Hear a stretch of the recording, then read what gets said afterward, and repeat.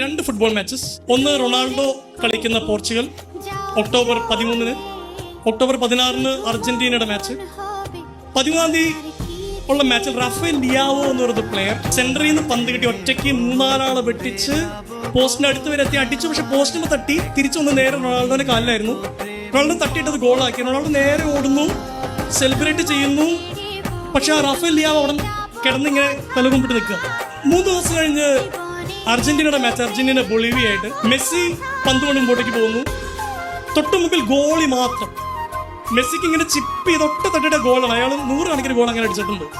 പക്ഷെ ആള് സിമ്പിളായിട്ട് ആ പാസ് ലെഫ്റ്റിലേക്ക് കൊടുത്തിട്ട് ലൗതാരോ മാർട്ടീനസ് പ്ലെയർ അയാൾ പ്രതീക്ഷിക്കുന്ന പോലുമില്ല, അയാൾക്ക് പന്ത് ഇട്ട് കൊടുക്കുന്നു, അയാൾ ഗോൾ അടിക്കുന്നു.